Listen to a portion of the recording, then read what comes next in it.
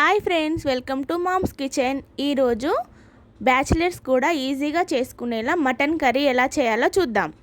దీనికోసం 1/2 kg mutton తీసుకొని శుభ్రంగా కడుక్కొని అందులో 1 స్పూన్ అల్లం వెల్లుల్లి పేస్ట్, 1/2 స్పూన్ పసుపు, 1 స్పూన్ ధనియాల పొడి, టేస్ట్కి సరిపడిన కారం, టేస్ట్కి సరిపడిన సాల్ట్, కొద్దిగా గరం మసాలా, 1 నిమ్మకాయ పిండుకొని వీటన్నింటిని బాగా కలిసేలా కలుపుకోవాలి.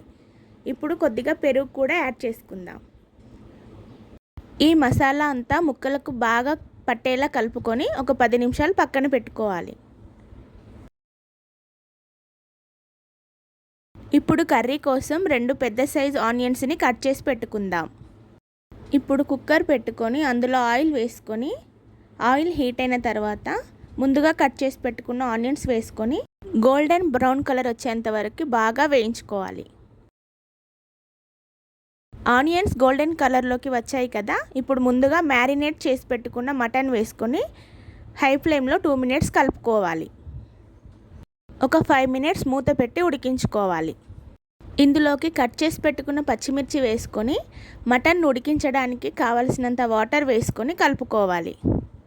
ఇప్పుడు కుక్కర్ మూత పెట్టుకొని స్టవ్ని మీడియం ఫ్లేమ్లో పెట్టుకొని 3 విజిల్స్ వచ్చేంత వరకు ఉడికించుకోవాలి. మటన్ ఉడికిపోయింది కదా, ఇప్పుడు ఇందులోకి కొత్తిమీర వేసుకొని కలుపుకుందాం. ఇలా చేసుకుంటే మటన్ కర్రీ చాలా టేస్టీగా ఉంటుంది. చాలా సింపుల్గా అయిపోతుంది. ఒకసారి ట్రై చేయండి. Like, share and subscribe.